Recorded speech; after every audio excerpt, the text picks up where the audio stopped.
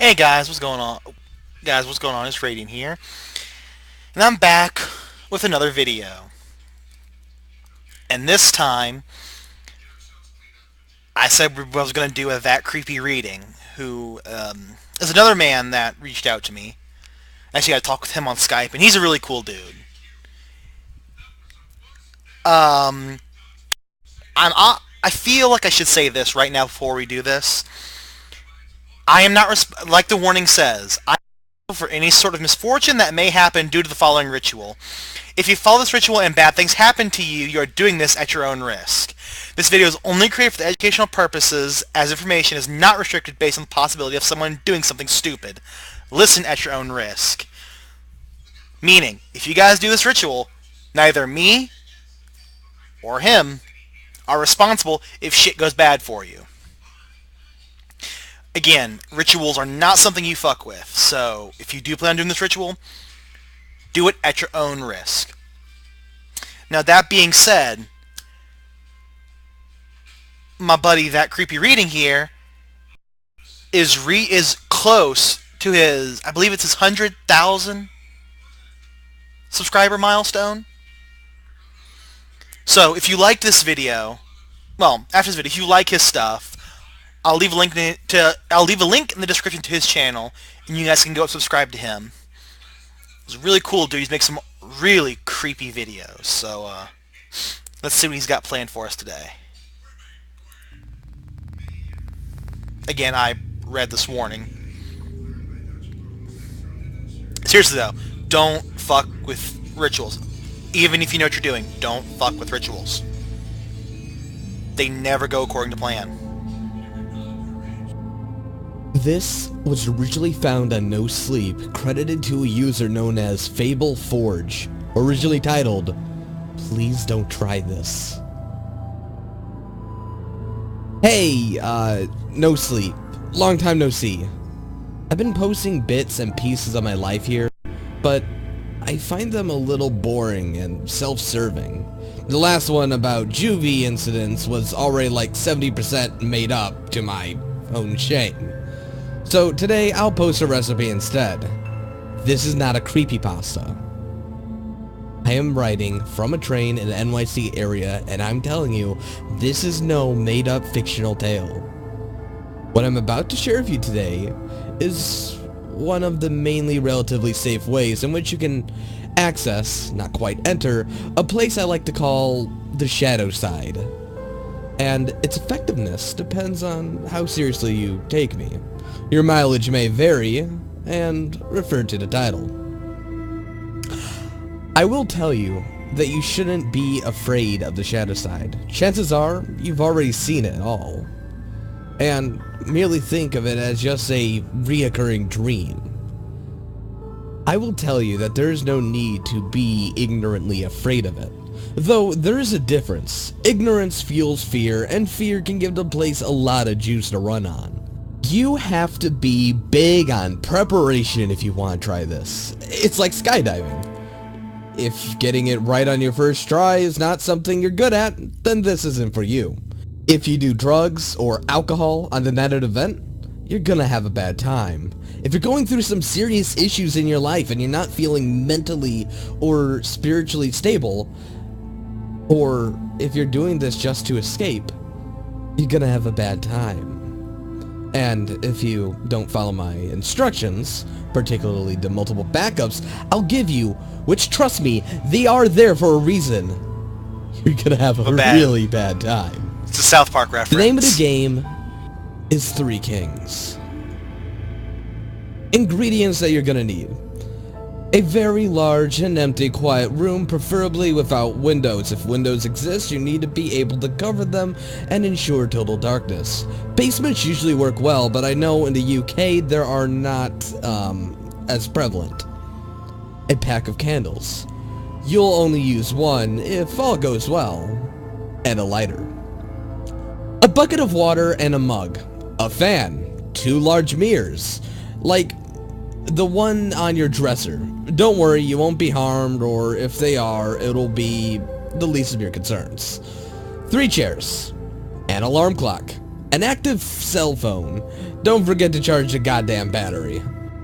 A loved one, preferably a family member, willing to follow the rules and go along with this madness. And then, finally, a small toy or dear object from your little childhood. Now let me get into the setup. Start setup around 11 p.m. Place one chair in the center of your room, facing north. And this is very important, you should know where north is while doing this. Place the other two chairs exactly to the left and right, facing your throne.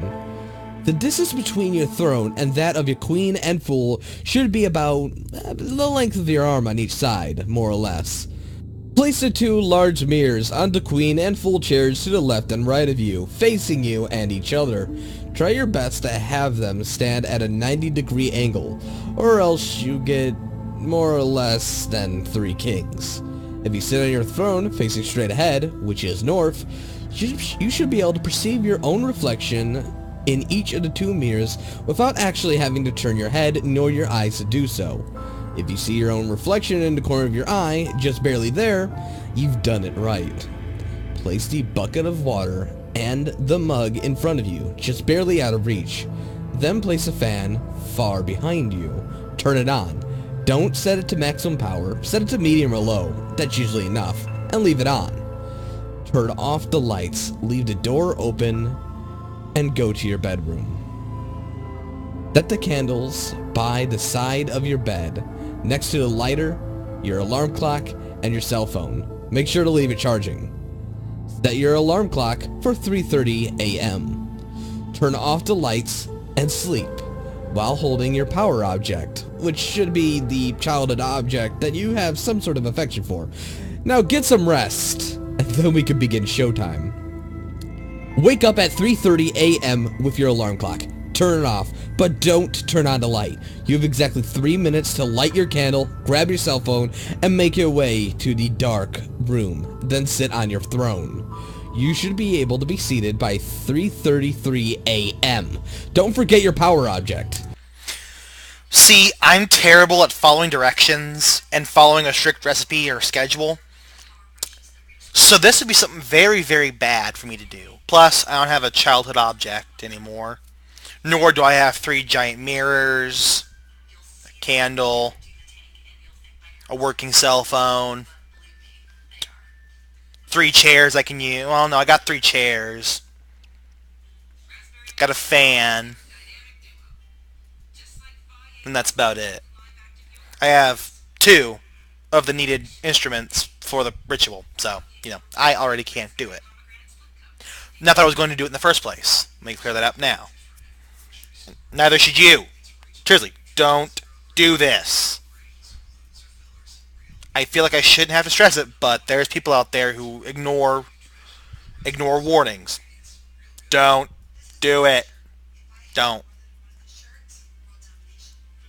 Check for potential red flags. Bad idea. If your cell phone didn't charge for whatever reason, abort the mission right now. If the alarm didn't go off at exactly 3:30 a.m., abort the mission right now. If you find the dark room door closed, remember, you left it open. I cannot exacerbate this enough. Abort the mission. If the fans turn off that you left on, abort the fucking mission. Side note, if you have to abort the mission due to any of the above, leave the house with your loved one. Go to a hotel or something. There's no need to run. You have time. Grab a jacket, your keys, some clothes or whatnot, but leave after 6 a.m. The coast should be clear. If all is going as planned, you can proceed to take your throne. Do not look directly at either of the 2 mirrors beside you. Do not let the candle go out. The fan is behind you. You must protect the candle with your body. Fucking which is up. standing in between for this reason. There is a reason for this. You will see. Look straight ahead at the darkness. Not the candle, not the mirrors, straight ahead. Eagle-eyed readers surely noticed that I did not say during the setup which chair was the queen and which chair was the fool. That's because it's your job to find out. And from their point of view, you are either their queen or their fool too. Hence, Three Kings. I won't spoil what happens next. Suffice it to say, you won't be alone. And if you have questions, you'll get answers. Sometimes in the form of new questions. But hey, that's the story of humanity, isn't it? Just stay put and try not to move. Again, do not look directly at the mirrors nor the candle. Just straight ahead. Trust me, don't chicken out either. You need to wait until 4:34. And by 4:34, it should be all over. It's okay to tremble a little bit. Just try not to. Not because it affects the ritual or anything. It's just a pussy thing to do while in polite company. Did I mention not to let the candle go out? That's what the fan is for. You're protecting the candle with your body. But if your body were to suddenly be moved, then the fan would turn off the candle. That's backup number 1. Your loved one is backup number 2. At 4:34, she or he or whatever it is has to come into a room and call your name. If that won't work, she has to call your cell phone. If that won't work, she has the glass of water and the bucket. She cannot touch you, though that's a newbie mistake. Backup number 3 is your item of power, the toy or locket or whatever object of strength you brought along for the ride. It will show you the way if shit hits the fan. Multiple backups. You gotta be like a Boy Scout if you do these things. If you half-ass it all the way, so that it won't work. The worst you can do is take it seriously enough for it to work, and not seriously enough to be prepared for the consequences. If you're in doubt or don't really believe what I have to say, refer to my title. Don't try this, because seriously, you'll be in a world of hell.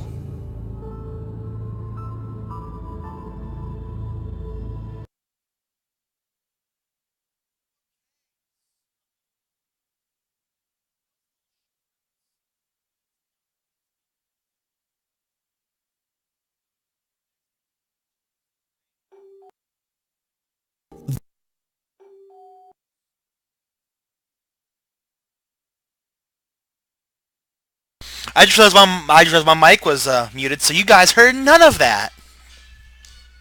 What I was trying to say was, since that one was a little short, we're moving on to our next video. The Graying Dog Urban Legend. I have no idea what this urban legend is, and frankly, judging from the picture, I'm a little terrified. A little terrified. So, I'm gonna go ahead and full screen this, and, let's fuck up some more. It comes out of nowhere, and no one knows what causes it to appear. Like a curse, it will follow you. It will haunt you. It'll keep you from enjoying your daily responsibilities, defying your common sentiments of rationality and grounded theories. This creature has been simply dubbed the Graying Dog. This is because from afar, it looks like a large canine. As you would imagine, it walks on all 4 of its legs and has a bit of a snout. Although, from that distance, you can't tell if it has a tail whatsoever. Its coat is pale in hue and has no color. It stands around on 7 to 8 feet tall. When it appears to you, it will always seem to be very different and distant, and at first, you may not even notice it in the background. But once you do see it, you will notice its artificial-looking gullet. Its feet barely touch the fucking ground, and it rocks idly from its front hind legs as if it was suspended or weighted on almost nothing. It stays within your view and will travel back and forth, always keeping its eyes on you. I'd strongly advise that you ignore it entirely, for the longer you look at this creature, the more your surroundings will begin to distort. The trees and the buildings around you will suddenly disappear until the ground is flat, and there is nothing for miles except the creature dancing before you. As you continue to watch it, it will approach you little by little. It only becomes more mesmerizing as the closer it gets. When it gets uncomfortably close, you will be able to see its eyes, as its eyes are not that of a dog. Though its eyes are white, with solid black pupils, it always stays locked in yours. A mouth always stays ajar, revealing that it has absolutely no teeth. Nothing but blackish-looking gums. Its expression looks at you as almost as if it was surprised. You cannot allow it to become too close to you, for it gains control over you the closer it gets. But just remember that it cannot approach you if you do not look at it or pay attention. The creature may moan lightly to get your attention, and begin to sob and cry the longer you ignore it. When you hide in your home, you will hear it brushing up against your windows, and you'll be able to see it peer inside and look at you through any cracks, blinds, curtains that you have. You mustn't not heed it any attention, though, lest this will continue on and on. You should not attempt to hide in a closet or any place that does not have a direct link to the outside of your house, for it can easily get inside no matter where you hide. And just wait outside the door of your room. And if you happen to be stuck, locked in a room, there's absolutely no way you can escape. Now, here's the really fucked up part. While you try to sleep, you'll feel it watching you. You mustn't not allow it to let you... You must not allow it to know you're awake. It comes into your room at night, hoping to fill your dreams with its appearance. Bro, this is fucking terrifying the fuck out of me. Swear to God, I keep looking out that goddamn way. Like, there's a... If you guys know from where I'm sitting on a couch, and right here is a TV, and right behind my laptop is a computer. Right behind my laptop is a window. And the window is open right now. And to the right of me, there are blinds I walk by. I have to walk by them to get to the kitchen and go upstairs. If I see this fucking thing outside any of these windows, this will be my last video. Goodbye. I will become a hermit. I'm gonna become a hermit. I'm just gonna hide in a... I'm just gonna keep wandering. Never stopping to stay at a place. Fuck that. And that creepy reading, if you're watching this, you're a dick for slowly increasing the picture. You're a fucking dick for doing that. I'm gonna get you. I'm gonna get you. If you keep your eyes shut and breathe normally, it will leave before the sun comes back up. From time to time, it will disappear and reappear. But just as long as it does not know that you can see it or you're aware of it, it cannot hurt you. But you better hope to God if it fucking finds out. I'm serious. This is, day 3 of my room. I can hear it breathing.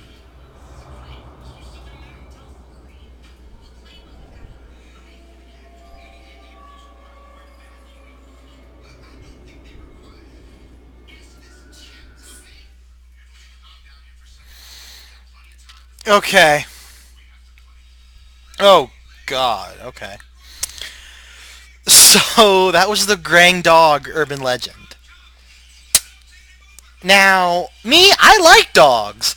But if I'm ever walking and I see a fucking 8-foot gray dog floating, my first response is not going to be to look at it and get close to that thing.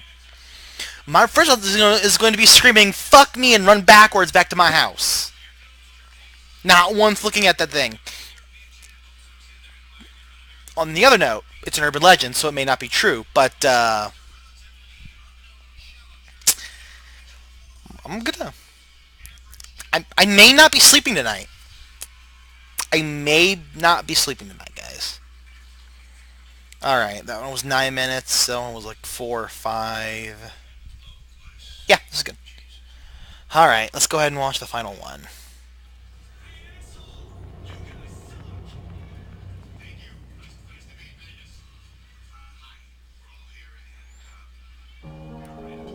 If people knew about this habit of mine, they'd probably deem me obsessive, paranoid, overly dramatic. You get the point. See, the thing about me is that I absolutely need to, I really need to, make sure that everything is pitch perfect right before I fall asleep. What the fuck is that To in the be corner? truthful, I have no idea Like, where what the this fuck is awful, that right there? obnoxious tendency of mine arose. But now, I live with it as though it's an itch that I can just never alleviate. Every single goddamn night, word to God, I drive myself fucking crazy checking to see if the doors are locked, if everything in the kitchen is turned off. Nothing is left open into cabinets. That way the roaches accommodating my home won't crawl up into the goddamn Cinnamon Toast Crunch. Last time I found an entire farm of them bastards munching on my cereal. Man, that's What some makes this serious habit shit. of mine dreadful is the fact that I not only need to reassure myself of my house's safety not once, not even twice, but sometimes 3 freaking times. 4 if I'm feeling really peevish. It's not even that I forget or anything like that. It's just that I think I forgot. When I stroll back to lock my doors once again, I'll find those locks how I left them the first time. Secured, that is. Even before I reach it. But anyways, it's always the doors I'm mostly concerned about. Home invasion ain't my biggest fear, but it's certainly up next to clowns and I'd say being buried alive. Plus, Valid I fears. remember this one time when I was around 15 or in that general area. It's hard to remember when you're too busy being a sloth and worrying about your pimples. Someone robbed my old house in the middle of the night. The next day, my family and I found some of our jewelry missing, and whoever broke in took the family computer in the living room too. I wasn't even really all that pissed off at some random asshole that, well, pillaged some of our most precious possessions. What really stuck my nerves was a single thought that I slept defenseless in a vulnerable position, a person watched over my body, and a soul, and could have done anything, anything he desired. I could have even died in my sleep without knowing what it was like or who killed me in the first place. That shit really freaks me out. I guess some might actually qualify this event as the origin of my curse. But at this point, I stopped questioning it. Fuck it. At least my furtive habit doesn't consist of me rubbing my junk with furry gloves. You'd be surprised at the number of people who actually get turned on from that business. All of these thoughts I'm sorry, zoom I through my spaced out for... I was staring at the picture. I was staring into that picture's eyes and listening, and I fucking literally was like spacing out. What did that say? No offense to furries, just reading it word for word. It's literally the story. No offense taken, creepy reading. No offense taken. You're good. You'd be surprised at the number of people who actually get turned on from that business. All of these thoughts zoom through my head as I stand in front of my entrance door, my clumsy hands enclosed around the golden doorknob, locking it in place. I realize how creepy I must look staring outside the oval window. My eyes glaring at the dozens of houses in the tremulous night. I shake my head and go to turn away. I can't wait to freaking sleep. The moment my body lands on that bed, my eyes feel as though the dark bags under my pupils are just carrying the weight of the earth on them. I glance around my living room and kitchen. The fluorescent light near the sink is stinging my already stained eyes. Before I turn the irritating thing off, I check one last time to see if the stove in the kitchen is off. I find it necessary to pull the lever at least twice all the way to 0. I even peer, my already exhausted eyes closed, do the thing to make sure that the mark aligns with the number 0 part. And, of course, they do. Alright now. That's done. I flick the switch off. Darkness suddenly blankets my entire setting. The only remaining light consists of the luminescent moon blaring through the number of windows surrounding me. Either way, I can practically crawl to my room with my eyes closed. Have you ever had one of those moments where you've been working just all day, or you've been out walking and moving, your feet hurt, your back hurt, and it's just calling to your bed, just waiting to pleasure your senses with the idea of just laying down for a simple moment? Well, that's how I felt. I dragged my feet out of the kitchen, my bones feel this dense, sore feeling, and my aching muscles only add to the struggle. I was so close to falling asleep. But the last second, I reminded myself that I never checked the doors to see if they were locked. As much as I restrained myself from kicking my feet off the bed and making the obnoxious trip to the living room, craved into my habit. It kept on nipping at the back of my neck, at the back of my brain. As always.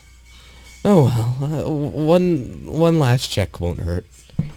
Did I forget something? No, I checked the doors. I searched through the shelves, did the kitchen shit. Nah, I'm fine. And for once, I seem to stop caring entirely.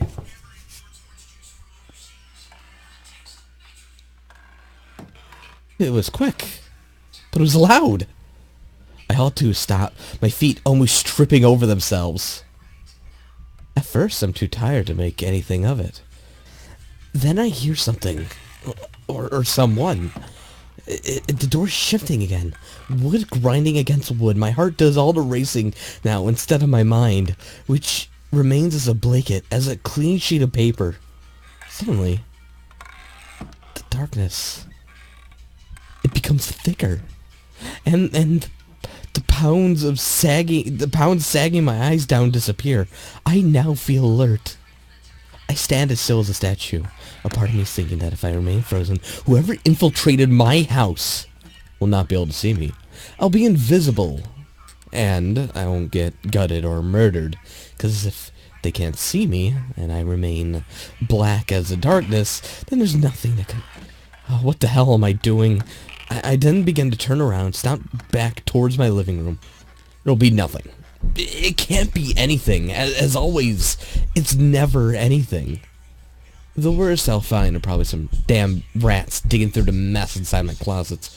My neighbors have been warning me that them bastards have been entering their house and fucking up the damn heating vents.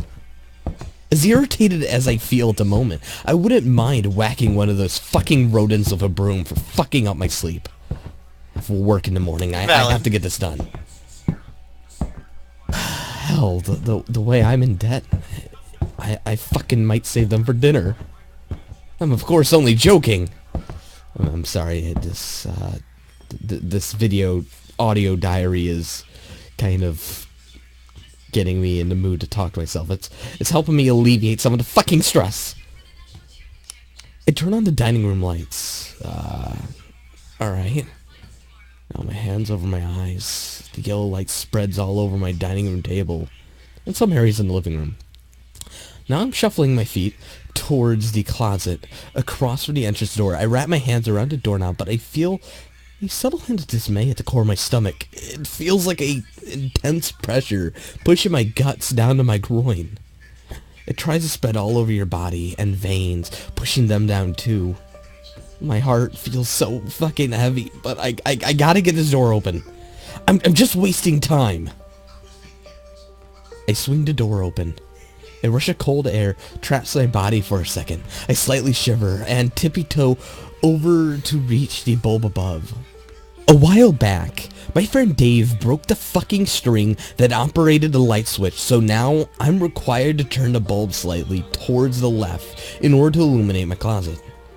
Once again, the bulb radiates a tenuous orange light, a pathetic excuse for a bulb in my opinion. I rummage around junk inside of my closet, which consists of a bunch of sporting bags, and old coats that I never wear anymore.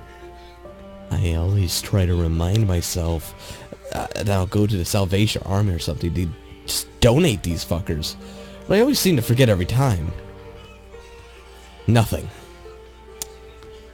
Nothing as expected. Just in case, however, I emerged in deeper into my closet and throw shit everywhere to accomplish a more thorough search. But, as always, fucking nothing. A waste of time! Fucking shit. I don't got time for this. At this point, sleep seems more like a damn gift instead of a necessity.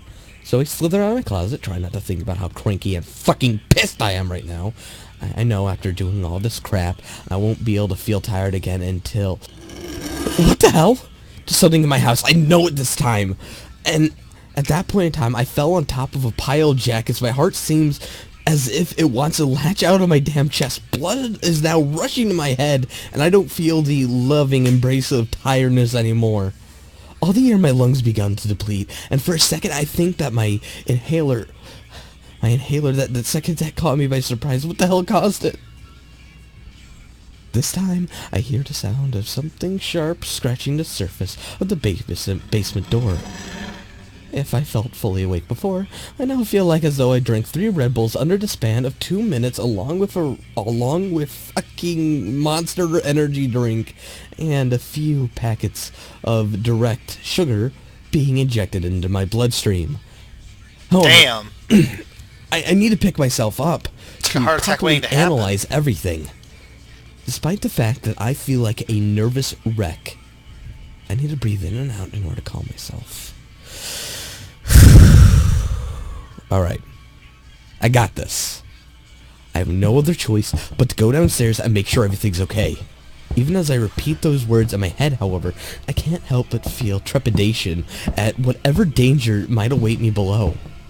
I skip up and down like a goddamn fool because, for some reason, this helps me to relax. My already tense body, of course. Okay, I need to stop being a little bitch. I just need to stop it. The best tip I can ever offer a person when you feel like doing something daring is just not to think about it. I follow my own outrageous advice and nearly jog across the dining room hallway in order to reach the door that leads to the downstairs. I even ignore all the lights being turned on, even though I feel slightly annoyed doing it. I don't want to leave them on, but I don't got time. Alright, let's go. I ain't scared. I didn't even allow my mind to ponder about anything as I slammed the door open and marched my way downstairs. Light is always on where the laundry room equipment are, so I don't concern myself with the darkness. I stopped in my tracks on the last step. The ugly, unwanted horror takes hostage of my body and my mind. It makes me doubt my motives. Each breath I take only worsens my condition. It's unknown that... It's the unknown that finally gets to me. And the fact that I stand alone, both factors tag team in order to cause my knees to shake. I only meander closer to the basement door. I see a poster of a golden heart shining amongst the dozens of clouds in what appears to be a representation of heaven. My mother suggested that I put this little damn thing on my door in order to make me feel more satisfied and calm my nerve and add a loving, peaceful vibe to the house, even with the negativity that keeps sneaking into my home. Boy, I sure do hope that poster protects me this time around. A light from the laundry room pours inside, but it's not enough to investigate around. I feel as though the walls... I feel around the walls until I find the damn switch and pull the lever upwards. At least my basement isn't as much of a disaster as my closet. I think I cleaned it with a bunch of my buddies last week. We plan on playing beer pong later this month. Thank God too, because this place used to smell like shit and cigarettes. I scan around with my eyes and I find nothing worth noting, actually. Everything seems to be untouched. I still got some of my moving boxes clustered on the carpet floor. Fucking up! I Fucking swing up! through them and make my way towards the closet on the other side. I slide the doors open to find nothing but dust and debris. Shit's Run! getting all over in my nose. I feel the sudden urge to the sneeze. Jesus! I gasp as I prepare myself for all the boogers that were about to spray out of my...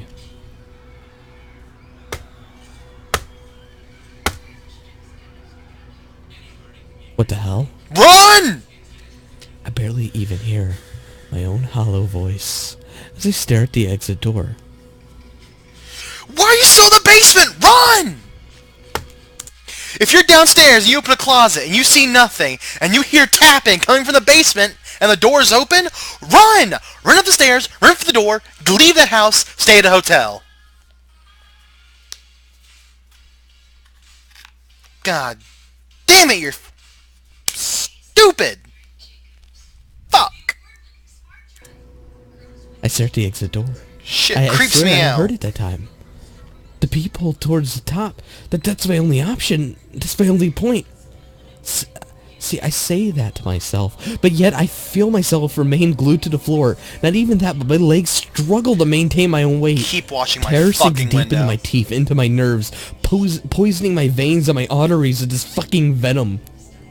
Just as a single thought that peeking into a hole, I might find some menacing bastard staring back at me with the heartless, morbid eyes, makes my mouth grow dry. Before I know it, I am only a couple of feet away from the door. I hold my two fists closed to my chest, and I take time, pacing closer to my final destination. I feel the floor, want to hold my feet in place, and keep myself still forever. I feel as though thousands of invisible eyes from the wall around me are studying my every move, violating me with their judging looks. A yell locks in my throat. I don't want to escape my lips. Not at this time. Alright. I'm in front of it. I made it this far. I feel my face close to the door and one eyeball peer through the lens. For a moment, I think that there's going to be a blade that's going to shoot through the door, pierce my skull. Why not, right? I see nothing but my neighbor's empty backyard. No, wait. That's wrong. I see his annoying dog. Fucker always looks at me all night. He barks, and God knows what. Jesus, one day I wish to snap that fucking dog's little neck with my bare hands. Nothing. Why the hell do I stress myself? Maybe this is a sign that I need to stop being so overly dramatic with the safety of my house. I mean, look where it brought me. I'm now about half an hour without the blissful sleep that I've been looking for. And maybe even more since my nerves wish to keep me awake a bit longer. Alright, it stops now. I'm gonna walk upstairs. Shit. Fuck, I left the lights on. Turn to my dining room. Alright, let's go back down. I return to my dining room, and now let's turn off the lights. Now, alright, I left the closet lights on as well. Am I ever gonna get some fucking sleep? Alright, now time to turn around. Last final light. Close my closet door. My entrance door now taunts me. It's almost like a whisper. You know you really want to check me, right? God damn it. Alright. I'm gonna stand still, take a look. Oh. I'll stop first thing tomorrow. One last time for old time's sake, right? Besides, I'll have to find a lock.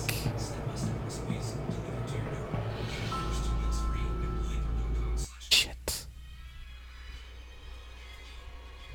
The door's unlocked.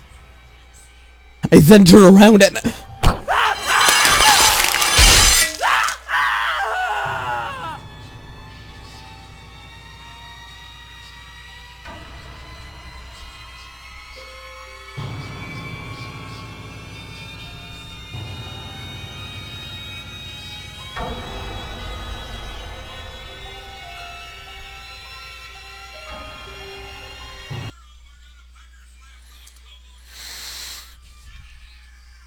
Okay, so That was utterly terrifying, especially the last part. That last part was really terrifying. I gotta say, that creepy reading, he's really good at conveying emotion when he reads. When he reads, you feel like you are reading the story as well, and like you're in the position of the reader. He if you guys remember a while back, I did a video where I react to Cryotic when he reads. He kind of sounds like Cryotic at points, but he's that level of acting when it comes to reading. He's fucking amazing. So that concludes this video.